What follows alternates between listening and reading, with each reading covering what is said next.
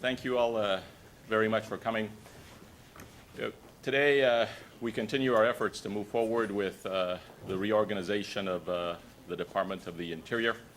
Today, I announced two things that will help us move forward with that effort. And the first is the deconflicting of the missions that previously resided within MMS. The three missions were revenue collection, safety and enforcement, and then all the leasing and planning efforts. Those are the essential three missions that MMS had since it was created in 1981. We have deconflicted those missions. The revenue function effectively moved out into its own agency beginning October 1 of last year, this last fiscal year.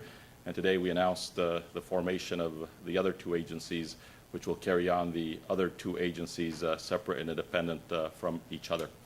The second announcement today had to do with the creation of an advisory committee from academia, from non-governmental organizations, and from industry to provide input to the Secretary of Interior and to the agencies of the department to ensure that we have safe oil and gas drilling in America's oceans. That committee will be headed by Dr. Tom Hunter, who has been the head of Sandia Labs and who was probably the closest person working with me and Dr. Chu as we move forward with the entire saga of the Macondo well and bringing that to a chapter release, killing the well on September the 19th of last year. So I'm very much looking forward to this committee providing us the outside reflection to the agency so that it's not just the agency doing its own work from inside. And with that, let me turn it over to Director Michael Bromwich. Michael. Thank you very much, Mr. Secretary. I appreciate it. Friday will mark 7 months since I took over as the Director of the Bureau of Ocean Energy Management Regulation and Enforcement. As you know, the Secretary created BOEMR soon after the Deepwater Horizon accident to replace the former MMS. The mandate I received from President Obama and Secretary Salazar was important, ambitious, and urgent. It was nothing less than to reform offshore energy development, starting with the agency responsible for overseeing it. Since that time, my staff and I have been working to make the changes necessary to restore the public's confidence that offshore oil and gas drilling and production are being conducted safely and with appropriate protections for the environment. In May, the Secretary outlined his vision, which he's repeated today, for 3 strong independent agencies with clearly defined roles and missions. That vision was designed to address the problems created by having one agency, the former MMS, be responsible for the important but conflicting missions of promoting and resource development, enforcing safety regulations, and maximizing revenues from offshore operations. That conflict among missions, together with a chronic lack of resources, meant that the agency could not keep pace with the challenges of overseeing industry operating in U.S. waters. The reorganization of the former MMS we are announcing today is designed to remove those conflicts by clarifying and separating missions across 3 bureaus. We are designing and implementing these organizational changes to fully take into account the crucial need for information sharing and the other links among the processes and operations of the former MMS. This is essential to ensure that the processes related to offshore leasing, plan approval, and permitting function smoothly and effectively. Today, we are announcing what those 2 new independent agencies, the Bureau of Ocean Energy Management and the Bureau of Safety and Environmental Enforcement, will look like, and specifically which functions of the former MMS will fall into each. But this reorganization is much more than just moving boxes around. It is about a comprehensive review and fundamental change in the way that these agencies operate. That is why we have created 11 implementation teams to look at the way things have functioned in the past and the best ways to conduct operations in the future in the context of our new organizational framework. A couple of the more significant changes we are making, which I want to emphasize are fully consistent with the emphasis placed by the President's Commission on elevating science and the environment, are also highlighted in today's press release. we provide a structure with these two new bureaus that ensures that thorough environmental analyses are conducted and that the potential environmental effects of proposed operations are given appropriate weight during decision-making related to resource management in BOEM. We also specifically strengthen the role of environmental review and analysis in both organizations through various structural and organizational mechanisms. Now, while we have worked through the most important issues of the reorganization over the last few months, we were at the same time involved in countless conversations with the President's Commission co-chairs and its professional staff. We believe that these reforms that we're announcing today are in close alignment with their recommendations.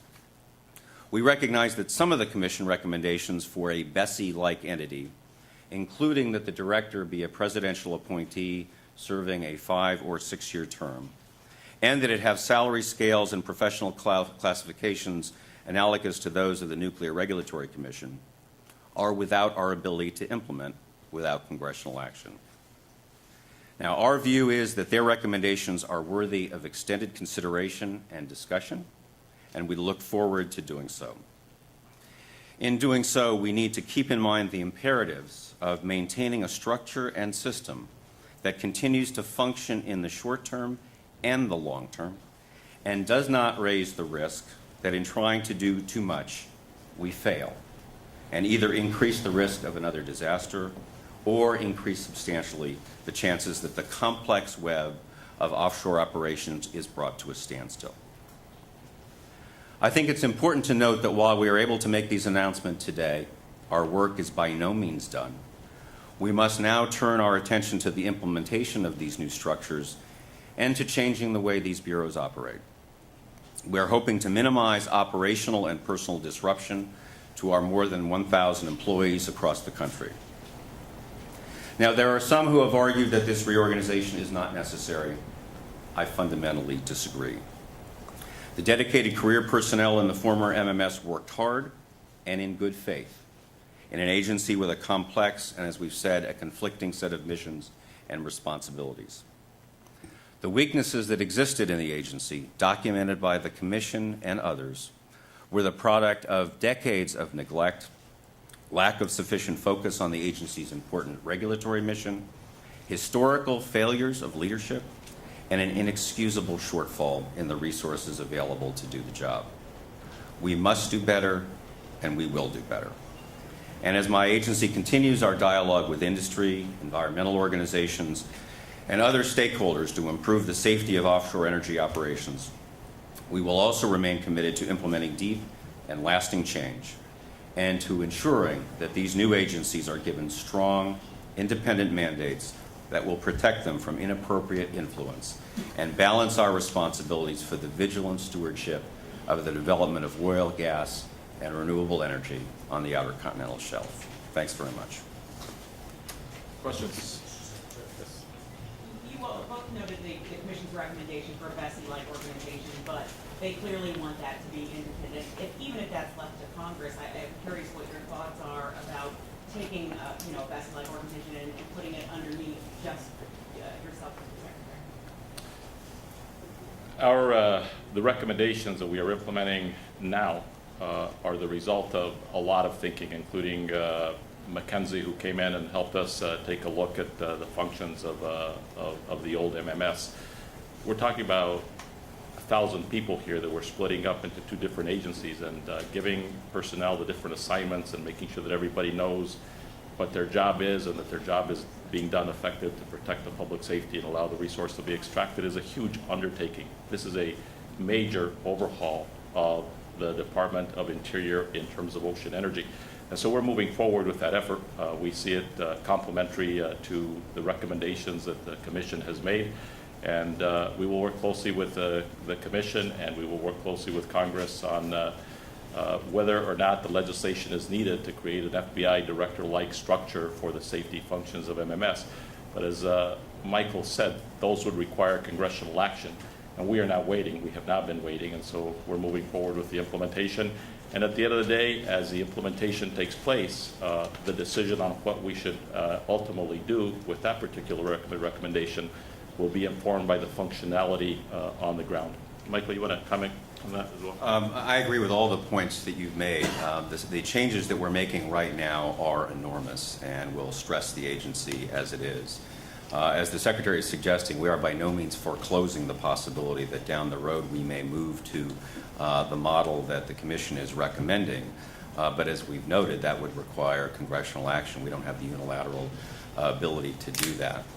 So we are going to move forward with, as the Secretary suggested, this reorganization that has been long in the planning, that is based on detailed research and analysis of the plan approval, permit approval processes that we have in the agency, and that we think is the best design currently calculated to separate the missions and yet allow work to continue. Yes, sir. Two questions. What will be the role of Director Bromwich going forward now that Bromwich is not going to exist? Secondly, how much industry representation will be on the advisory? First, Michael's role, it's his responsibility given to him directly by the President and by me. We both recruited him, we wanted him in this job, and made sure that he came in, and he has my full support in terms of how he moves forward. He will be overseeing the whole effort, including both of these agencies as we hire and place the people to run each of the two respective agencies. On the advisory committee that will be headed up by Tom Hunter, it is being sent to the Federal Register today and will outline what the charter is. I believe there are, I forget the exact configuration, but I think there are, it's balanced between academia, oil and gas industry, and non-governmental organizations, and Ed, we'll get you the exact numbers of the composition. Will the director remain an advisor or what?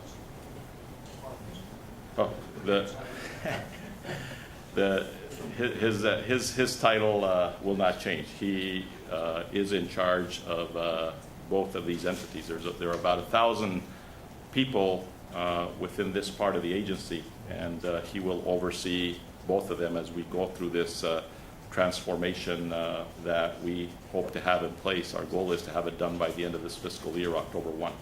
And so during that whole time period, Michael will be in charge. And if in that time period it becomes necessary for him to have another title, it's something that we obviously will consider. Yes? Shell Oil is seeking to drill in the Arctic in 2011. Timeline-wise, does this reorganization make that impossible? The answer to that is from at least the authority of the Department of Interior, no. Okay, there are other issues which involving the EPA and an air permit, which are still being worked on. So what will happen in 2011 on Shell right now, I think, would only be speculation on our part. Mr. Secretary. Yes, sir. If this works out for Bomber, will BOM be structured similarly?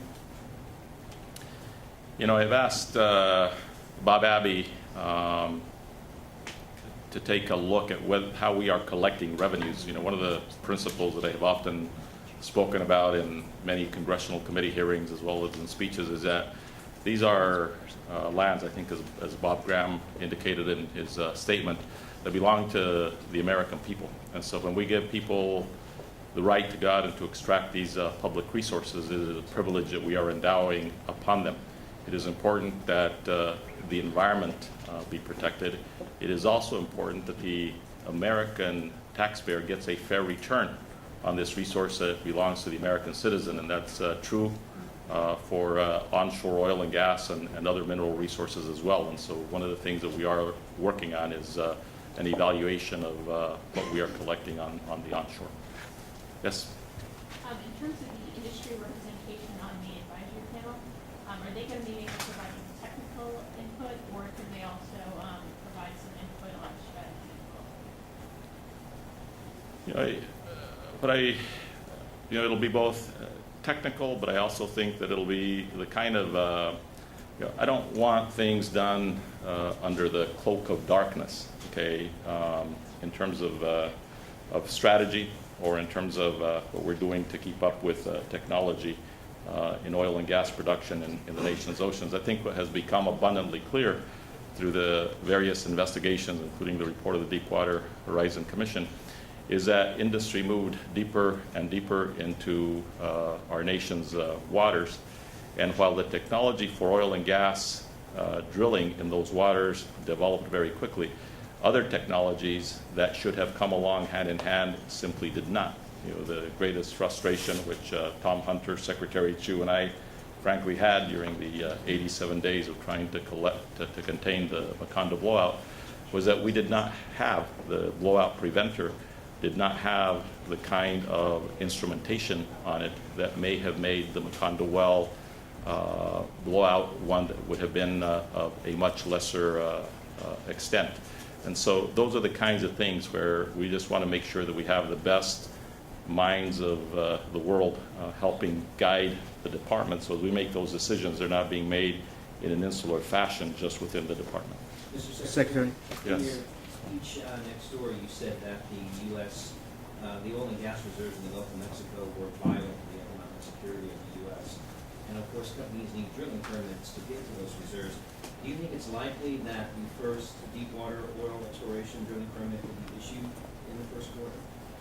I'm going to have Michael comment on that, but let me just make a quick point on the policy issue. It should not be lost on the minds of anyone, environmentalists or industry or members of Congress, that the policy that President Obama and I have articulated with respect to oil and gas development in the nation's oceans is that we are going to develop oil and gas in places where it is appropriate. The Gulf of Mexico and the Deepwater in the Gulf of Mexico is one of those places that as we move forward with the development of that oil and gas resource, we want to make sure that it's done in a safe and appropriate way. And I'm going to have Michael comment on the process relative to permitting status and where we are on that. We're working very closely with industry. We have conversations virtually every day. We have meetings with groups of industry representatives. And those have been extremely helpful to us in underscoring some of the questions they have about the steps in the process. Obviously, that process has been changed with the new regulations that have been put into place, the new guidance that has been issued, and so forth. So I don't want to hazard a guess as to exactly when the first deepwater permits will be issued, but we are working very closely with the companies, and I'm certainly hopeful that new deepwater permits for operators who have met all of the new enhanced requirements will be approved before too long. Well, just to clarify, you said last week you'd be surprised if they weren't issued before sometime during the first half of this year. So that's why I was trying to see if it could continue down. Do you think it's likely, since you think it's going to happen during the first half of this year, do you think it's more likely in the first quarter or the second quarter? I don't know. My answer last week is in response to a question that suggests that it wouldn't happen until the third quarter. I said I would be surprised if that were the case. So I don't want to hazard a more specific guess than that. Last question. Yes. Secretary Salazar, you mentioned that you're considering some other recommendations of the Oil Spill Commission that you didn't immediately go forward with. Could you say what some of the most important ones are and why the emergency certification? There are a number of them, but let me just point out two that I think are critical. One is their recommendation that we move forward with an FBI director-style director. It's a recommendation which, in broad sense, to me, makes sense, I mean, in a broad read. But it also is one that, as we examine, we have to recognize how it's going to affect the functionality of what Michael is trying to do to stand up we're standing up three agencies. One we have already stood up, and that's the revenue collection, separated that. But the other part of the department, which Michael is overseeing, has this tremendous responsibility over the nation's oil and gas resources. I don't want to move forward in a way that does not make organizational sense. These people have work to do. And so as we move forward with the reorganization that we announced today, we'll take a look at that commission recommendation, and as appropriate, we'll work with the commission and with Congress to determine how we implement that. So it's a question. We don't have a conclusion yet on that one. And then the second one for me, which I have spoken at length with Michael about, is what we do with respect to one of the commission recommendations on the creation of what they call the IMPO-like organization, an organization that would be industry-run, that would essentially help create oversight over what's happening with the oil and gas industry. It happens now with the nuclear industry. It is a recommendation that we are examining. Our own initial approach to it is that we absolutely do not want to cede or outsource the authority of the United States of America and our government to make sure that oil and gas production is conducted in a safe and environmentally protective manner. That's our job, and we will get that job done. Whether the creation of an organization like that can be supplemental to our governmental effort is something that we will look at. But like with the rest of the 31 recommendations, the 381-page report, there's a lot in there to digest, and it certainly will be something that both Michael and I will have on our desks or right behind our desks or in our briefcase as we move forward in the year ahead. You want to comment on that one, Mike? No, your points are exactly the right ones. I think that having an industry self-audit or self-regulatory capacity is something very new and different. It requires close scrutiny, but the Secretary is absolutely right. It cannot be viewed as a substitute for or replacement for governmental regulation and the need for government to regulate the industry in an aggressive way. And so, because it's such a new idea and suggestion in this institutional and industry context, it requires close examination. I just heard somebody ask a question here on the Safety Institute, and so let me just take the opportunity to respond to that and to clarify here. My concept on that for the last 3 or 4 months has been that what the Department of Interior needs is to have the kind of capability that we have with the federal national laboratories that we have at the Department of Energy. And indeed, as we dealt with the Macondo well, the relationship that we established with the labs, including Dr. Hunter and Sandia Lab, helped us to figure out what needed to be done with valves and instrumentation and gamma ray readings and the like. So my view is that we need to create something that can help us bring that kind of expertise, which is available when we flip the switch, when you have a need like we had at the Deepwater Horizon, and not have to create it as you move forward in the dynamic of an oil spill, which is essentially what we did when I called Secretary Chu and the President called Secretary Chu. We had our first science meetings over at the Department of Interior to determine how we would move forward. And that led to a real life experience as the oil spill unfolded. We don't want to be in that same position in the future. And as I said earlier, one of the things that is apparent to all of us who have studied what happened at the Deepwater Horizon site in some detail is that the technological advances in other aspects of dealing with a blowout simply had not advanced at the same pace as the technology had advanced to go deeper and deeper into the nation's waters. Thank you all very, very much.